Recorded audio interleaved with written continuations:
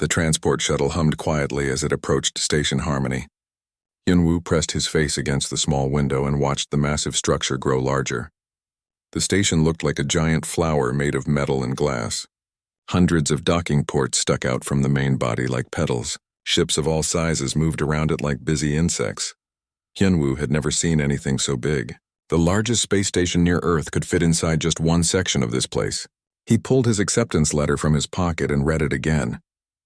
The words were still there. He was really going to study at the Galactic Collegiate Institute. Now arriving at Station Harmony, the ship computer announced in a gentle voice, "Please prepare for docking." Hyunwoo picked up his single bag. Everything he owned from Earth fit inside. His parents had saved for years to pay for this trip. He was the first human ever accepted into the xenobiology program. The pressure to succeed felt heavy on his shoulders. The docking process was smooth and quiet. Nothing like the rough landings he was used to on Earth. When the doors opened, cool air flowed in. It smelled clean and somehow sweet. Hyunwoo stepped onto the station and looked around. The corridor was huge. The ceiling was so high he had to tilt his head back to see it. Soft lights glowed from panels in the walls.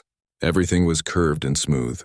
No sharp corners anywhere. Even the floor felt soft under his feet. Other beings moved through the corridor. Hyunwoo tried not to stare, but he had never seen real aliens before. A tall creature with blue skin and 4 arms walked past. Its movements were graceful and slow. Behind it came a small furry being that looked like a walking teddy bear. It chittered softly to itself as it moved. "Welcome to Station Harmony," a voice said behind him. Hyunwoo turned around. A creature that looked like a walking flower stood there. Its petals were bright green with yellow edges. 2 large eyes sat where the center of the flower would be. "I am Guide Petalsong," the creature said. "I help new students find their way. You must be the human exchange student." "Yes," Hyunwoo said. "My name is Hyunwoo Kim." "Ah, yes. The one from the Deathworld." Guide Petalsong made a sound like rustling leaves. "Follow me, please. I will show you to your housing unit." They walked through the station corridors. Guide Petalsong moved slowly and spoke in a soft voice. "The Institute has made special preparations for your arrival. Your room has been fitted with gravity settings similar to your home planet. The air mixture has been adjusted for your breathing needs." "Thank you," Hyunwoo said. He wondered what other special preparations they had made. "You should know," Guide Petalsong continued, "that some students may seem nervous around you at first. Stories about death worlds tend to make other species cautious. Please do not take offense. They will adjust with time." Hyunwoo nodded, but he felt a knot form in his stomach. He had hoped to make friends here. Being feared was not what he wanted. They passed through a large open area filled with tables and chairs. Students sat in small groups talking quietly. The moment Hyunwoo walked in, conversations stopped. Every eye in the room turned to look at him. Some students quickly looked away. Others stared openly. A small creature that looked like a deer with 6 legs actually fell off its chair when it saw him. It scrambled behind the table and peeked out with wide eyes. Other students helped it up while whispering among themselves. "The common area," Guide Petalsong said as if nothing had happened. "Students from all programs gather here to study and socialize." They continued walking. Hyunwoo could feel eyes watching him until they left the area. The whispers started as soon as they were out of sight. "Here is your housing unit," Guide Petalsong said, stopping at a door with the number 847 on it. The door was larger than the others they had passed. "As I mentioned, it has been modified for your needs." The door opened with a soft whistle. Inside, Hyunwoo found a room that looked almost normal by Earth standards. The furniture was the right size for humans. The gravity felt like home. Even the lighting was warmer and brighter than in the corridors. "Your class schedule is on the desk," Guide Petalsong said. "Orientation begins tomorrow morning. Do you have any questions?" "What did you mean about Deathworld stories?" Hyunwoo asked. Guide Petalsong's petals rustled again. "Most species in the galaxy evolved on peaceful worlds. Worlds with gentle weather, friendly animals, and abundant food. Your world is classified differently. The stories say Earth has violent weather, dangerous animals, and deadly plants. They say survival requires constant fighting." "It is not that bad," Hyunwoo said. "Perhaps not," Guide Petalsong agreed. "But stories grow larger with each telling. Some students believe humans are naturally violent because of where you come from. Time will prove them wrong, I am sure." After Guide Petalsong left, Hyunwoo sat on his bed and looked at his class schedule. Xenobiology, Galactic History, Peaceful Coexistence Theory, and Advanced Predator Studies. The last one made him pause. He wondered what they would think when they learned he had actually seen most of Earth's predators in person. He thought about camping trips with his father. They had tracked deer through mountain forests. They had fished in rivers where bears also fished. They had slept under stars while listening to wolves howl in the distance. To him, these were normal childhood memories. Here they would probably sound like horror stories. A soft chime from his door interrupted his thoughts. He opened it to find a small package waiting outside. Inside was a note and a small device. "Welcome to the Institute," the note read. "This translator will help you communicate with all species. Please wear it at all times. Also, be aware that some students have requested individual counseling sessions to help them adjust to your presence. This is normal and nothing to worry about. Chancellor Brightmind." Hyunwoo clipped the translator to his shirt and sighed. He had come here to learn about alien life. Instead, it seemed he would spend most of his time helping them learn not to fear him. He looked out his window at the stars. Earth was too far away to see, but he knew it was out there somewhere. His parents had sacrificed so much to send him here. He could not let them down. Somehow he would prove that humans belonged among the stars. But first he had to prove they belonged in a classroom with species that considered them monsters. The next morning would bring his first real test. Hyunwoo woke up early on his first day of classes. The artificial sunrise in his room was gentle and slow, nothing like the harsh morning light on Earth. He got dressed and checked his schedule one more time. His first class was xenobiology with Professor Veltar. The corridors were busier now. Students moved in small groups, chattering in different languages. The translator device on his shirt turned their words into Korean, but the sound still felt strange. He heard clicks, whistles, and musical tones that no human throat could make. As he walked, other students noticed him. Some stopped talking when they saw him. Others moved to the far side of the corridor. A few brave ones stared openly, as if he were an exhibit in a zoo. The classroom was unlike anything Hyunwoo had ever seen. Instead of hard chairs and desks, there were soft pods arranged in a circle. Each pod was shaped differently, designed for different body types. Cushions and blankets were everywhere. The walls showed peaceful scenes of alien forests and calm oceans. Hyunwoo found the pod marked with his name. It was larger than the others and had been modified for human anatomy. He sat down and looked around at his classmates. There were 12 students total. A small creature that looked like a deer with soft brown fur sat across from him. Its large eyes kept darting in his direction, then quickly looking away. Next to it sat something that resembled a giant praying mantis, but with softer features and gentler movements. An aquatic being floated in a water-filled pod near the window. Its skin was pale blue and seemed to shimmer in the light. Gills on its neck opened and closed rhythmically. Other students filled the remaining pods, all of them looking nervous about Hyunwoo's presence. "Good morning, students," a voice said from the front of the room. Professor Veltar entered through the main door. The professor was tall and thin, made entirely of what looked like living crystal.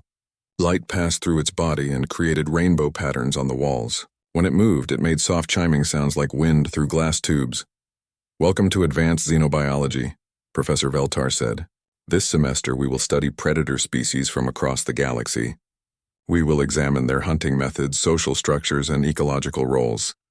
The deer-like student raised a small hoof. "Professor, is it safe to study such dangerous creatures?" "Of course," Professor Veltar replied. "We will use only holographic projections. No actual predators will be present in this classroom." Hyunwoo noticed several students glance in his direction when the professor said this. "Now then," Professor Veltar continued, "let us begin with introductions. Please share your name, homeworld, and what interests you about predator studies." The introductions went around the circle. The deer-like student was named Nala, from the peaceful world of Velkan Prime. She studied predators because she wanted to understand what her ancestors had feared. The mantis-like being was called Crix, from the hive world of Zephyr 7. It claimed that superior intelligence was the best defense against primitive hunting instincts. The aquatic student was Thomas from the water world of Nereid. He studied predators to better protect the gentle creatures in his home oceans. Each student had similar reasons. They came from safe worlds where the most dangerous animal might be something like an earth rabbit. They studied predators from a distance, like scientists studying ancient fossils. When it came to Hyunwoo's turn, the room fell silent. "My name is Hyunwoo Kim," he said. "I come from Earth. I want to study predators because I grew up around them." The silence stretched longer. Several students shifted uncomfortably in their pods. "Earth," Professor Veltar said slowly. "A Class 12 Deathworld, if I recall correctly." "Yes, sir," Hyunwoo said. Crix raised one of its arms. "Professor, is it appropriate for a predator species to study predator biology? Might this not create a bias in our research?" Before Professor Veltar could answer, Nala spoke up. "What do you mean when you say you grew up around predators?" she asked Hyunwoo. Hyunwoo thought about how to explain. "Well, there are large cats in the mountains near my home. Bears live in the forests. Wolves hunt in packs during winter. Sharks swim in our oceans." Several students made distressed sounds. Thomas actually ducked lower in his water pod. "And humans just live alongside these creatures?" Nala asked, her voice barely above a whisper. "We try to avoid them mostly," Hyunwoo said. "But sometimes we encounter them when we go camping or hiking." "Camping?" Crix demanded. "You voluntarily enter areas where predators live?" "For fun," Hyunwoo said, not understanding why this seemed so shocking. The room erupted in whispers. Students turned to each other with wide eyes and fearful expressions. "Silence," Professor Veltar said, its voice creating a clear chiming sound. "This is exactly why this class is important. Different species have different relationships with predators. Mr. Kim's perspective may prove valuable to our studies." Crix did not look convinced. "With respect, Professor, predator species may have instinctual responses that could be triggered by our coursework. Is it safe to have him here when we study hunting behaviors?" "I am not dangerous," Hyunwoo said quietly. "That is what a predator would say," Crix replied. Nala turned to face Crix directly. "That is not fair. Hyunwoo has done nothing wrong." "Yet," Crix said. The tension in the room was thick. Hyunwoo could see fear in the eyes of most of his classmates. A few looked curious, but they were outnumbered by those who seemed ready to run. Professor Veltar moved to the center of the circle. "This class will proceed as planned. All students are welcome here, regardless of their evolutionary background.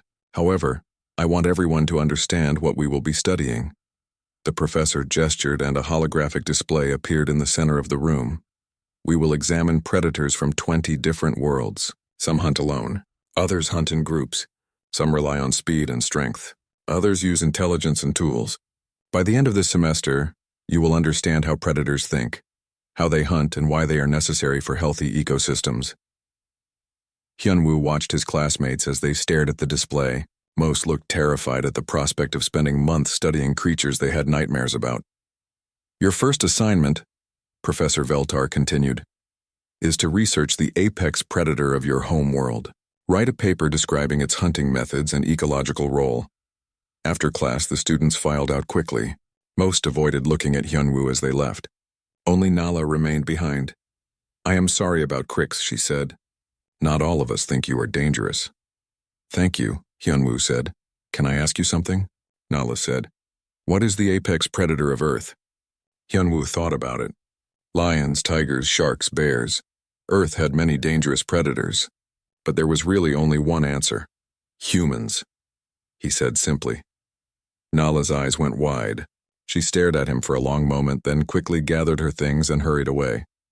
Hyunwoo sat alone in the empty classroom and wondered if he had just made things worse. 3 days had passed since the first class.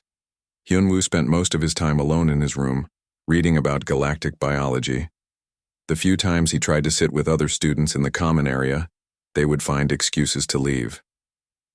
Only Nala had spoken to him since that first day, and even she seemed nervous. Today was their second xenobiology class. Hyunwoo arrived early and took his seat. The other students filed in slowly, giving his pod a wide berth. Crix entered last, its large eyes fixed on Hyunwoo with obvious suspicion. "Good morning, class," Professor Veltar said as it entered. "Today we begin our study of predator species. I want everyone to remain calm and remember that we are observing holograms only." The professor moved to the center of the room and activated the holographic projector. "We will start with what most species consider a moderate threat level. This is a Rigelian shadow cat." A creature materialized in the center of the circle. It was about the size of a large dog, but it moved like liquid shadow. Its fur was so black it seemed to absorb light. 6 legs carried it silently across the projected ground. Its eyes glowed pale yellow in the darkness. Several students made soft sounds of distress. Nala pulled her blanket up to her chin. Thomas sank deeper into his water pod. Even Crix leaned back from the hologram. The shadow cat hunts primarily at night, Professor Veltar explained. It uses stealth and patience to approach its prey. Notice how it moves. The hologram showed the creature stalking through alien trees. Its movements were precise and controlled. Each step was placed carefully to avoid making sound. It would freeze for minutes at a time, waiting for the perfect moment to advance. Fascinating, Crix said, though its voice trembled slightly. The creature shows remarkable patience for such a primitive mind. Hyunwoo watched the shadow cat with interest. Its hunting style reminded him of domestic cats back on Earth, just much larger and more deadly. He noticed details that the others seemed to miss. It is testing its prey, he said without thinking. Every head in the room turned to stare at him. Professor Veltar paused the hologram. What do you mean, Mr. Kim? The professor asked. Hyunwoo realized everyone was looking at him with fear and fascination. The cat is not just stalking. It is making small movements to see how the prey reacts. It is learning which direction the prey will run before it attacks. The silence in the room was complete. Students stared at Hyunwoo as if he had just revealed dark magic. How do you know this? Nala whispered. I have watched cats hunt before, Hyunwoo said. House cats do the same thing with mice. House cats? Thomas asked from his water pod. You keep predators as pets? They are small, Hyunwoo said. They mostly hunt insects and small rodents. The students exchanged horrified glances. Crix made a clicking sound that the translator interpreted as distress. Professor Veltar resumed the hologram. The shadow cat continued its hunt, and just as Hyunwoo had predicted, it made several false movements. Each time the prey animal shifted position, revealing which way it would run when threatened. Remarkable observation, Mr. Kim, Professor Veltar said. Your insight proves correct. The shadow cat is indeed testing its prey's escape responses. The lesson continued for another hour. Professor Veltar showed them how the shadow cat used scent marking to claim territory, how it cached extra food for lean times, and how it taught hunting skills to its young. Throughout the presentation, Hyunwoo found himself understanding the creature's behavior in ways his classmates could not. When Professor Veltar asked why the cat would hunt even when not hungry, the other students offered academic theories about evolutionary programming. It practices, Hyunwoo said simply. Hunting is a skill that needs practice to stay sharp. Again, the room fell silent. Students looked at him with a mixture of awe and terror. After class, most students hurried away as usual, but Nala approached Hyunwoo's pod hesitantly. Can I ask you something? She said in a quiet voice. Of course, Hyunwoo replied. When you watch these predators, do you feel anything? Do they make you want to hunt? Hyunwoo considered the question carefully. I feel curious about how they solve problems. They are very intelligent in their own way, but I do not feel like hunting. But you understand them so well, Nala said. Better than any of us. Maybe because I come from a world where understanding predators meant survival, Hyunwoo said. My ancestors had to know how predators think in order to avoid them. Nala nodded slowly. On Velkin Prime, our ancestors just ran away and hid. We never needed to understand predators because we could always escape. Different worlds, different solutions, Hyunwoo said. Nala was quiet for a moment. Then she asked, what was it like growing up on a death world? Hyunwoo smiled. It was home. We learned to be careful, to watch for danger, to work together. But we also learned to appreciate beauty and find joy in small things. When life is uncertain, you value each peaceful moment. That sounds almost pleasant when you say it like that, Nala said. Earth can be dangerous, Hyunwoo admitted, but it is also beautiful. The same mountains that hide predators also have amazing sunrises. The oceans that contain sharks also have wonderful coral reefs. Crix approached them, moving carefully. I could not help but overhear, it said. Mr. Kim, your insights today were disturbing but accurate. I am beginning to wonder if having a predator's perspective might be valuable for this class. I am not a predator, Hyunwoo said gently. But you come from predator stock, Crix replied. Your instincts, your understanding, your ability to think like they do. It is unsettling, but useful. Other students had stopped to listen. They formed a loose circle around the three of them, keeping their distance but clearly interested in the conversation. What I do not understand, said Thomas from behind the others, is how you can be so calm about predators. Do they not frighten you?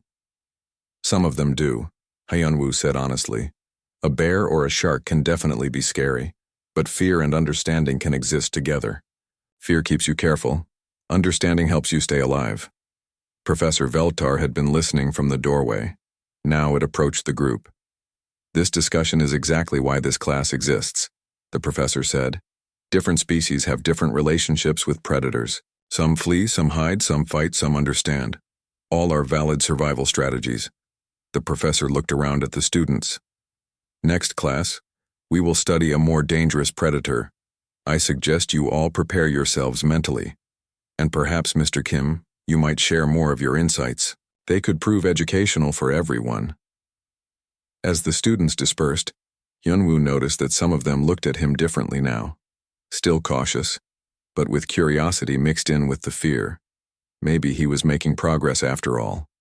But he had a feeling that the next class would test everyone's limits, including his own. A week had passed since the Shadowcat lesson. The atmosphere in the class had changed slightly. Students still kept their distance from Hyunwoo, but they listened when he spoke. Even Crix had begun asking him questions about predator behavior. Nala had started sitting closer to his pod. She would ask him about Earth during breaks, her curiosity overcoming her natural caution. Hyunwoo enjoyed these conversations. It felt good to have someone who wanted to understand his world instead of just fearing it. Today, Professor Veltar entered the classroom carrying several small devices. Good morning, class, the professor said. Today we will study more dangerous predators. I have brought calming devices for anyone who needs them. Professor Veltar placed the devices around the room. They hummed softly and released a sweet scent into the air. Several students immediately moved closer to them. Our first subject today is the crystalline hunter from the high-gravity world of Titan 7, Professor Veltar announced. The hologram that appeared was unlike anything they had seen before. The creature looked like living glass shaped into the form of a spider. It was huge, easily the size of a small car. Each of its 8 legs ended in razor-sharp points. Its body was transparent, showing its internal organs glowing with strange light. Students gasped and pulled their blankets tighter. Thomas made a sound like a whale song that the translator marked as extreme distress. The crystalline hunter can survive in environments that would kill most life forms, Professor Veltar explained. It hunts in areas with crushing gravity and toxic atmosphere. The hologram showed the creature moving across a landscape of jagged rocks and poisonous gas. It moved with surprising grace despite its size, its sharp legs finding purchase on surfaces that looked impossible to climb. Notice how it uses its transparent body, Professor Veltar continued. It can become nearly invisible against crystal formations. The creature in the hologram pressed itself against a wall of clear crystal and seemed to vanish. Only the faint outline of its organs gave away its position. How does it find prey in such a hostile environment? Asked a student from the back. It does not hunt for food, Hyunwoo said quietly. Everyone turned to look at him again. He was becoming used to this reaction. What do you mean? Professor Veltar asked. Look at its behavior, Hyunwoo said. It is not searching for food. It is setting up territory markers and testing the environment. It hunts for sport or practice. The hologram continued, and again Hyunwoo's observation proved correct. The crystalline hunter was marking territory and practicing hunting movements. But it was not actually trying to catch anything. Disturbing but accurate, Crix muttered. The next hologram showed a creature called a void stalker. It looked like a shadow with teeth, drifting through empty space between planets. This predator hunted by draining energy directly from its prey. Several students needed to use the calming devices. The sweet scent grew stronger as more units activated. The void stalker represents a unique form of predation, Professor Veltar explained. It does not consume physical matter. Instead, it feeds on life energy itself. The hologram showed the creature approaching a space vessel. It passed through the hull as if it were not solid and began draining power from the ship's systems. The crew inside grew weak and collapsed as their life force was stolen. This is terrible, Nala whispered. How can anything defend against such a creature? Light, Hyunwoo said. Strong light disrupts its form. Also, it can only drain energy slowly. Quick, decisive action can drive it away. How do you know this? Thomas asked, his voice shaking. It reminds me of deep-sea creatures on Earth, Hyunwoo replied. They avoid bright lights and prefer slow-moving prey. Professor Veltar nodded approvingly. Correct again. The Void Stalker is vulnerable to high-energy emissions and retreats when faced with aggressive resistance. The lesson continued with increasingly dangerous creatures. A multi-dimensional hunter that could attack from parallel realities. A swarm predator that consumed entire ecosystems. A time-shifting creature that hunted its prey across different moments in history. With each new predator, the students became more distressed. Some needed to take breaks and step outside for fresh air. Others huddled closer to the calming devices. The sweet scent was now so strong it made the air thick, but with each example, Hyunwoo's insights became more valuable. He could predict behaviors, identify weaknesses, and understand motivations that baffled his classmates. How do you do it? Nala asked him during a break. How do you understand these creatures so easily? Hyunwoo thought about his answer carefully. On Earth, understanding predators is not academic. It is survival knowledge passed down through generations. My grandfather taught my father. My father taught me. It is part of who we are. What kind of things did they teach you? Nala asked. How to read tracks in mud or snow. How to tell if an animal is hunting or just passing through. How to recognize the sounds different predators make. How to move quietly through forests. How to find shelter when predators are active. The other students had gathered around to listen. Their faces showed fascination mixed with horror. You learned to track predators? Crix asked, its voice barely controlled. Sometimes, Hyunwoo said, if a dangerous animal was too close to human settlements, hunters would track it and drive it away to safer areas. Hunters? Thomas repeated, sinking lower in his water pod. Humans who specialized in dealing with dangerous animals. Hyunwoo explained. They protected communities from predators. So humans hunt predators, Crix stated. When necessary, Hyunwoo said. But mostly we just try to coexist. Professor Veltar had been listening to this conversation. Now it rejoined the group. Class will resume in 5 minutes, the professor announced. Our final subject today will be the most dangerous predator we have studied yet. The students returned to their pods with visible reluctance. The calming devices were working at full power now, filling the room with sweet-smelling mist. The creature we will now examine, Professor Veltar said, comes from a world even more dangerous than Titan 7. It is considered the apex predator of one of the galaxy's most hostile environments. A new hologram appeared. This creature was smaller than the others, about the size of a large wolf. But something about it was different. Its eyes showed an intelligence that the other predators lacked. This is a Kepler apex ravager, Professor Veltar said. It hunts in coordinated packs and uses sophisticated tools. The hologram showed a pack of these creatures working together to hunt something 3 times their size. They used rocks as hammers, sticks as spears, and even simple traps made from vines and branches. The students watched in horrified fascination as the creatures demonstrated problem-solving skills. When their first hunting strategy failed, they immediately tried a different approach. When their prey escaped one trap, they quickly set up another. They are thinking, Nala whispered. They are actually thinking through each step. Yes, Professor Veltar confirmed. The apex ravager shows intelligence comparable to early sapient species. It can plan, adapt, and learn from failure. The hologram showed the creatures not just hunting, but teaching their young. Adult ravagers demonstrated hunting techniques while their offspring watched and practiced. They had social hierarchies, communication systems, and even primitive art. This is no mere beast, Crix said, its voice full of awe and terror. This is almost a person. That is what makes it so dangerous, Professor Veltar replied. It combines the instincts of a predator with the intelligence of a thinking being. Hyunwoo watched the apex ravagers with growing unease. Their behavior was disturbingly familiar. The way they worked together, the way they adapted their tactics, the way they never gave up once they started hunting. Next class, Professor Veltar announced as the hologram faded.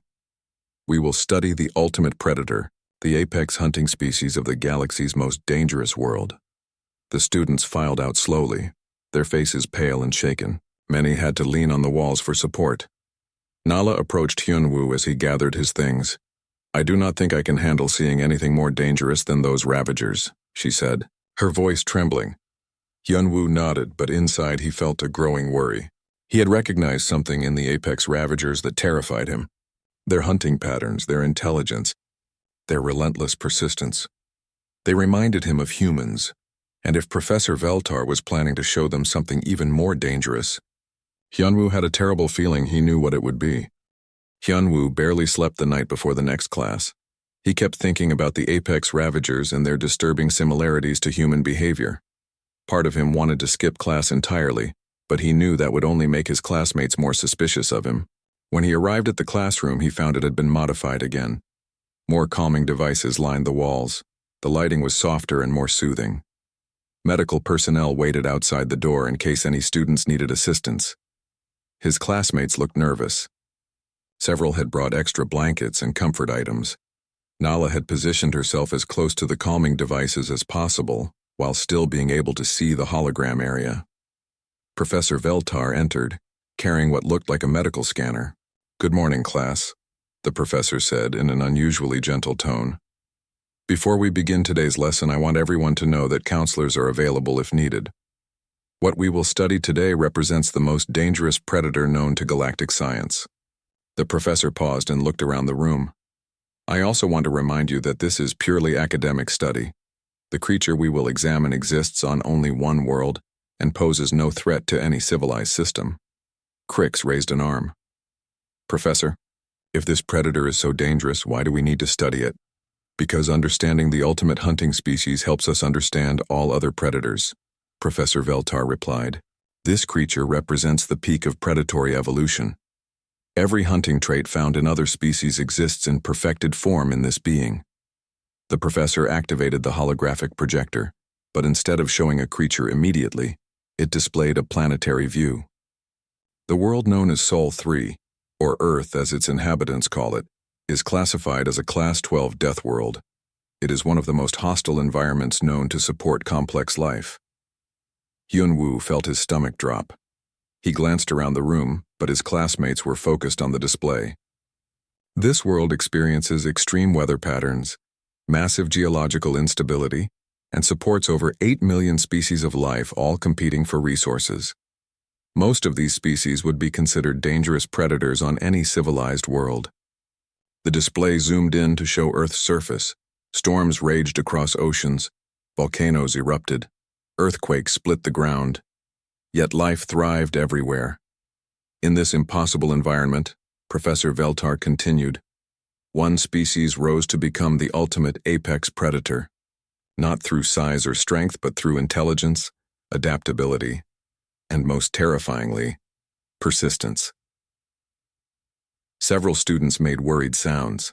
Thomas had already activated his personal calming device.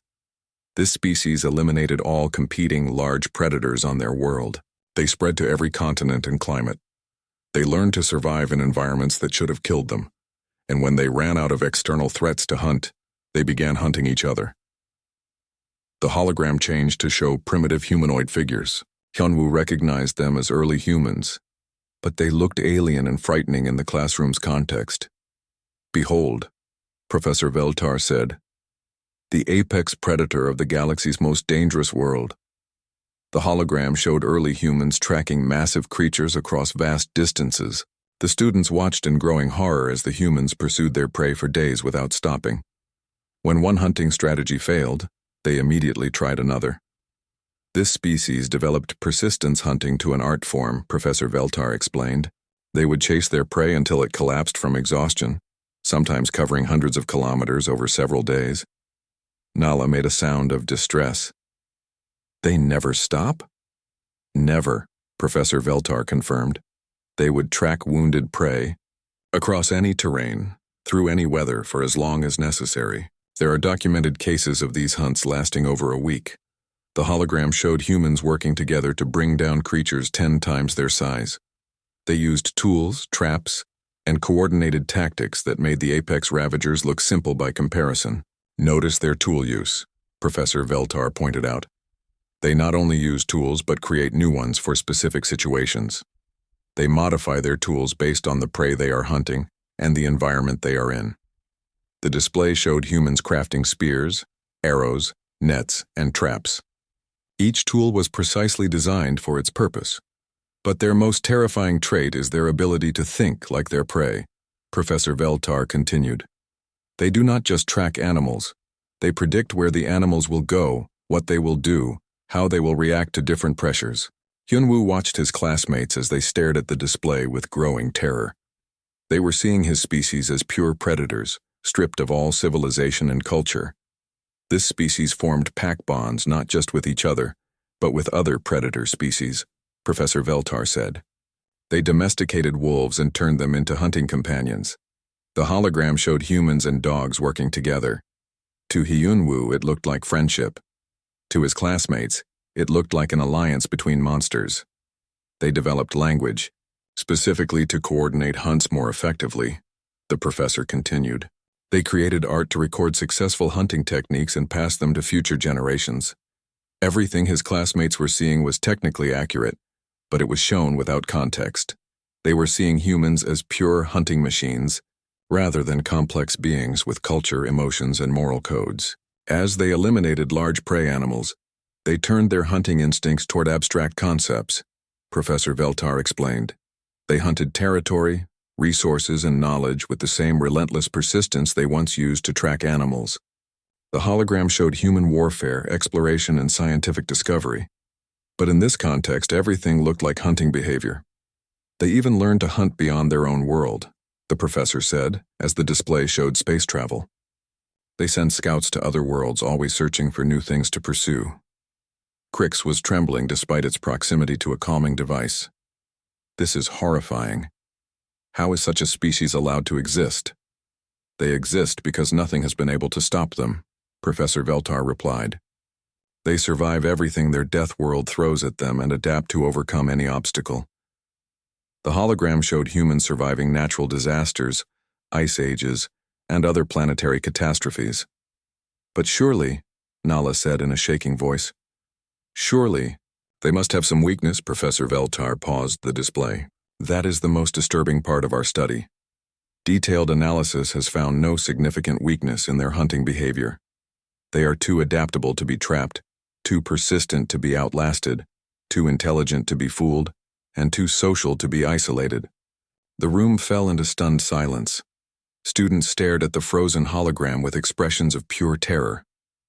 There is one final aspect of this species that makes them unique among all known predators, Professor Veltar said.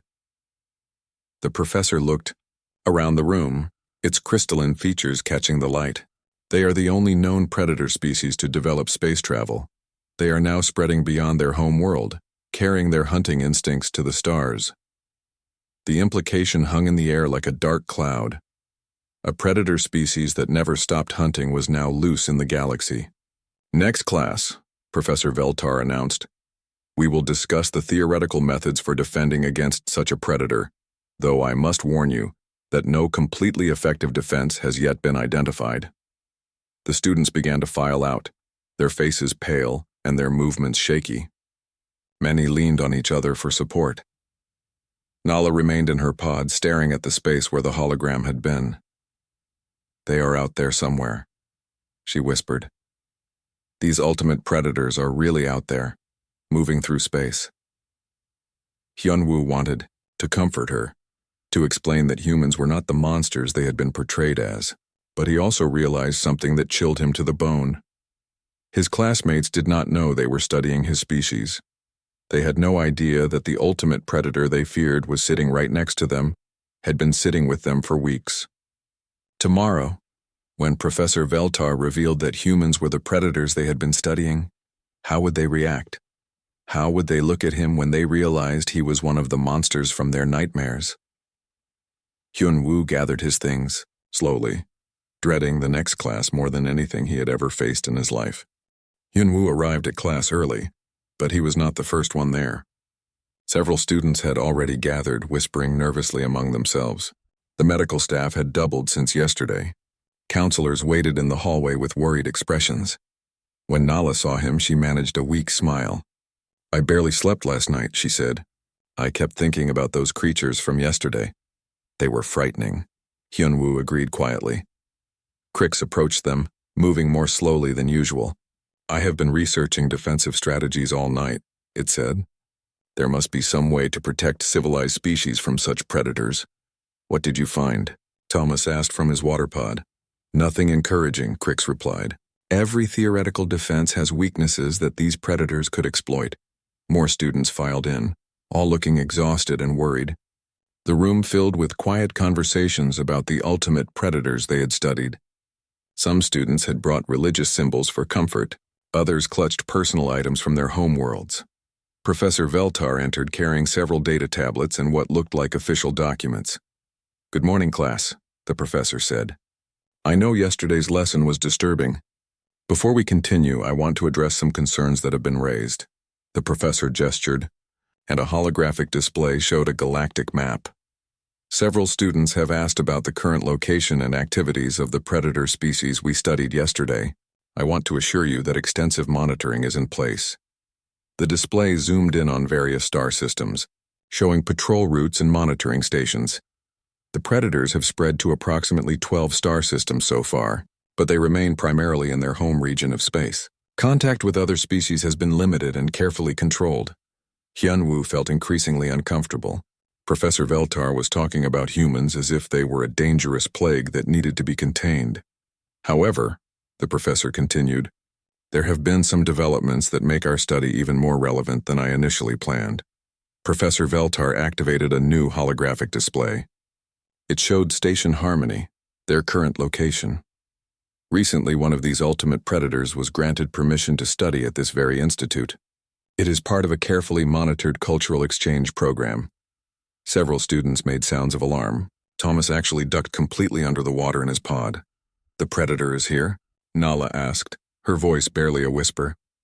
"Yes," Professor Veltar confirmed. "It has been attending classes and interacting with other students for several weeks now." The room erupted in panicked whispers.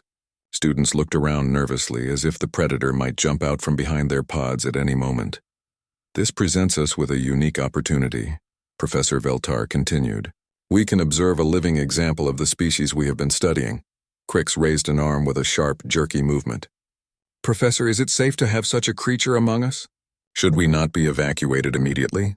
"The monitoring data suggests the predator is not currently exhibiting hunting behaviors," Professor Veltar replied. "However, constant vigilance is required." Professor Veltar looked around the room, its crystalline eyes reflecting the worried faces of the students. "Today, I will reveal the identity of this predator. I want everyone to remain calm and remember that it is being carefully watched." The silence in the room was complete. Even the quiet humming of the calming devices seemed loud. "The ultimate predator species calls itself Homo sapiens," Professor Veltar announced. "They are more commonly known as humans." For a moment, nothing happened. Students looked around in confusion, not understanding the significance of this name. Then, slowly, every head in the room turned to look at Hyunwoo. The realization hit them like a wave.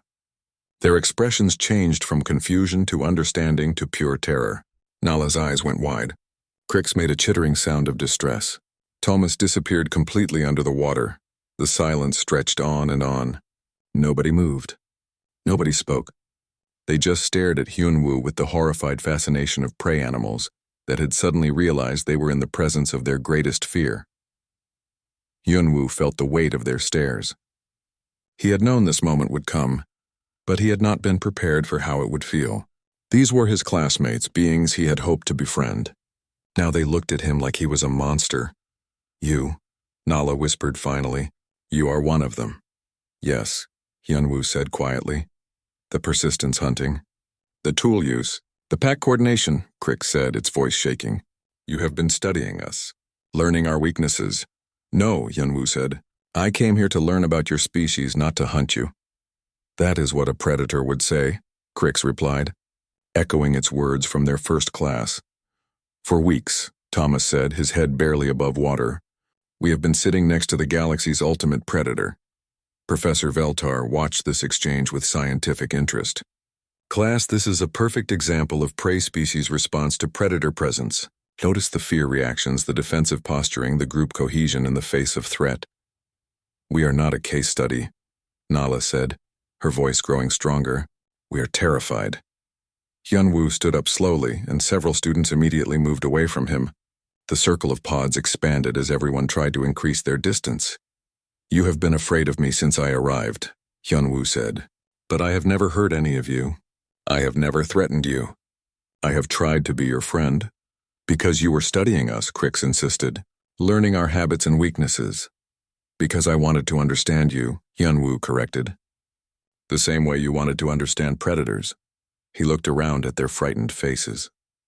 You spent weeks studying predators as if they were monsters from your nightmares. You looked at hunting behaviors and saw only violence and terror. Hyunwoo moved toward the center of the room, and the students instinctively pulled back further. But you missed the most important thing about human predators, he continued. We chose to stop. The room remained silent, but he had their attention. Everything Professor Veltar showed you was true. Humans are persistent hunters. We are adaptable and intelligent and relentless. We eliminated competing predators on our world and spread to every environment. He paused and looked at each of them in turn. But we also chose to move beyond pure hunting. We learned to hunt knowledge instead of animals. We learned to hunt solutions to problems. We learned to hunt understanding between different species. You still have the instincts, Crix said. The capacity for violence. Yes, Hyunwoo admitted. But having the capacity for something and choosing to use it are different things. He gestured toward the holographic display that still showed human hunting behaviors. You have been studying us like we are mindless killing machines. But you never asked the most important question. Why did we stop hunting each other? Why did we develop morals and laws and ethics? The silence continued, but it was different now. Less terrified, more thoughtful. The most dangerous thing about human predators is not that we can hunt anything, Hyunwoo said. It is that we can choose not to. He looked directly at Nala, who had not moved away as far as the others. True strength is not about having power over others. True strength is about choosing when and how to use that power. Hyunwoo walked toward the door, and the students parted to give him a clear path. I came here to learn about your species because I wanted to understand how peaceful beings think and live. You studied predators because you wanted to understand what you feared. He paused at the door and turned back to them. Maybe we both learned something important. You learned that predators are not always monsters. I learned that prey animals can be braver than they think. With that, Hyunwoo walked out of the classroom, leaving his classmates in stunned silence. Behind him, he heard Professor Veltar's voice. Class dismissed. Please report to counseling stations for debriefing. But he also heard something else. Nala's voice, quiet but clear. Wait. Hyunwoo stopped in the doorway but did not turn around. You said we could be braver than we think, Nala continued. What did you mean? Hyunwoo turned to face the classroom. Most of the students were still pressed against the walls, but Nala had moved closer to the center of the room. You all came to study predators even though they terrified you, he said. You wanted to understand what you feared most. That takes courage. But we studied them from safety, Crix said, through holograms and academic distance. And I studied among you without that safety, Hyunwoo replied. Knowing that someday you would learn what I am, knowing you would fear me. Thomas surfaced completely in his water pod for the first time in days. Were you not afraid of how we would react? Terrified, Hyunwoo admitted. But I came anyway because understanding between species is more important than fear. Professor Veltar had been observing silently. Now it spoke. Perhaps this is a lesson we all needed to learn. That understanding requires courage from both predator and prey. Nala took a step toward Hyunwoo, then another. Her legs were shaking, but she kept moving. I am still afraid of you, she said honestly. Everything in my evolutionary programming tells me to run. She stopped just outside of what would normally be considered a safe distance. But I am choosing not to run, she continued. Because you chose not to hunt. Other students watched this interaction with fascination and terror. Slowly, very slowly, a few of them. 2 weeks had passed since the revelation in Professor Veltar's class. The news had spread throughout Station Harmony faster than anyone expected. Within days, every student and faculty member knew that a human was studying at the institute. The reactions had been mixed and intense. Hyunwoo walked through the corridors and noticed the changes immediately. Some beings would cross to the other side of the hallway when they saw him coming. Others would stop and stare openly, as if he were a dangerous animal in a zoo. A few brave souls would nod politely before hurrying away. The cafeteria had become particularly challenging.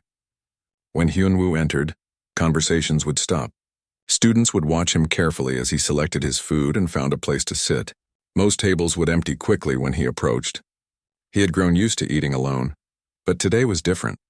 As Hyunwoo carried his tray across the cafeteria, he saw Nala sitting at a table near the windows. She waved at him and pointed to an empty chair beside her. "Good morning," she said as he sat down. "How are your other classes going?" "Better than expected," Hyunwoo replied. Some professors are very interested in human perspectives on galactic history. Others seem nervous but professional. "And the students?" Nala asked. Hyunwoo looked around the cafeteria. Most tables were still giving them a wide berth, but he noticed a few students watching with curiosity rather than fear. "Mixed reactions," he said honestly. "Some are terrified. Some are fascinated. Most just want to avoid me entirely." Nala nodded sympathetically. "It will take time. Fear is easier than understanding."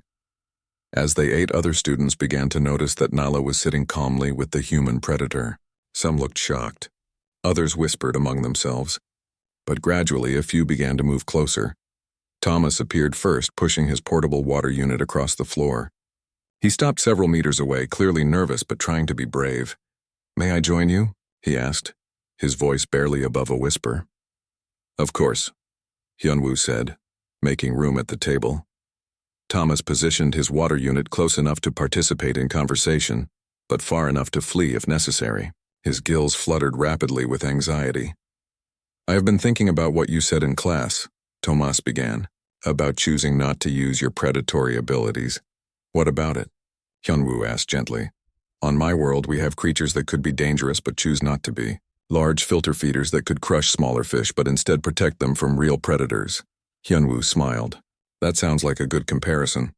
"But you are different," Thomas continued. "Those creatures were never truly dangerous to begin with. You could actually hurt us if you wanted to." "Yes," Hyunwoo admitted, "but wanting to hurt someone and actually doing it are very different things." Crix approached the table cautiously, its compound eyes fixed on Hyunwoo. "I have been researching human culture since our last class," it announced. "What did you find?" Nala asked. "Fascinating contradictions," Crix replied, settling into a nearby chair but keeping its distance. "Humans have created the most beautiful art in the known galaxy alongside the most efficient weapons. They write poetry about peace while maintaining military forces. Most species have contradictions," Hyunwoo said. "Not like this," Crix insisted. "Most species lean heavily toward either cooperation or competition. Humans seem to balance both extremes simultaneously." More students had begun to gather around their table. They maintained careful distances, but they were listening intently to the conversation. "Is it true?" asked a small furry being from the outer rim. "That humans keep predators as companions?" "Some of them," Hyunwoo confirmed. "Dogs were originally wolves that learned to work with humans instead of competing with them. But how do you trust them?" the furry creature asked. "The same way you are learning to trust me," Hyunwoo replied. "Through understanding, respect, and mutual benefit." A crystalline being that resembled Professor Veltar, but smaller, spoke up from the edge of the group. "My species has studied human expansion patterns. You spread very quickly once you achieved space travel. We are curious about new places and new experiences," Hyunwoo explained. "But you also established territorial markers and defensive positions," the crystalline being continued. "Very similar to predatory expansion patterns." Hyunwoo considered this carefully. "I suppose that is true. But we also established trading posts, cultural exchanges, and research stations. Our expansion is not just about taking territory." "What is it about then?" Nala asked. "Discovery," Hyunwoo said. "Humans have always wanted to see what was over the next hill, across the next ocean, or around the next star, even when it might be dangerous." Thomas asked. "Especially when it might be dangerous," Hyunwoo replied with a small laugh. "Humans are not very good at avoiding interesting risks." The group around the table had grown larger. Students from species Hyunwoo had never seen before were listening to the conversation. Some looked fearful, but others seemed genuinely curious. A professor approached the group. It was an elderly being that looked like a walking tree, with bark-like skin and leaves instead of hair. "Excuse me," the professor said in a creaky voice. "I am Professor Branchsong from the Diplomatic Relations Department. Might I speak with you, young human?" Hyunwoo stood politely. "Of course, Professor. I have a proposal that might interest you," Professor Branchsong said. "The Institute is considering establishing a new program in interspecies relations. We need someone who understands both predator and prey perspectives." "I am not sure I understand," Hyunwoo said. "We want you to help design a curriculum that teaches cooperation between different types of species," the professor explained. "Your insights into predator behavior, combined with your experience living peacefully among prey species, could be invaluable." The students around the table looked shocked. Someone was offering the ultimate predator a teaching position. "You want me to help teach other species?" Hyunwoo asked. "Not just teach," Professor Branchsong clarified. "Help design an entire program focused on understanding and cooperation across species lines. We have received inquiries from several other institutions about similar programs." Nala looked excited. "That sounds wonderful." "It would mean staying here longer than originally planned," Professor Branchsong continued, "and working directly with students from many different species, some of whom may never overcome their fear of humans." Hyunwoo looked around at the group that had gathered. Weeks ago, these same students would have fled if he had approached them. Now they were listening to him, asking questions, and even defending his presence to others. "I would need to contact my family on Earth," he said. "Of course," Professor Branchsong agreed, "but I hope you will consider it. The galaxy needs beings who can bridge the gap between predator and prey species." After the professor left, the students remained around the table. The atmosphere had changed completely from that first day when Hyunwoo had arrived. "If you stay," Nala said, "I would like to be in your first class." "Me too," Tomas added, though he still looked nervous about the idea. "It would be fascinating to study cooperation from both perspectives," Crix admitted. Other students nodded agreement. Hyunwoo looked around at their faces and saw something that had not been there before. Not just acceptance, but genuine interest in learning from him. "I think," Hyunwoo said slowly, "that staying here might be exactly what I came to the stars to do." That evening, Hyunwoo sat in his room composing a message to his parents on Earth. He told them about the teaching opportunity, about the friends he was making, and about the chance to help different species understand each other. As he wrote, he realized that his journey had become something much larger than he had originally planned. He had come to learn about alien species. Instead, he had become a bridge between the galaxy's ultimate, predators, and their former prey. The human who chose cooperation over conquest, predator who taught the value of peace. Tomorrow would bring new challenges, new students to win over, and new opportunities to prove that understanding could overcome fear. But tonight, for the first time since arriving at Station Harmony, Hyunwoo felt truly at home among the stars.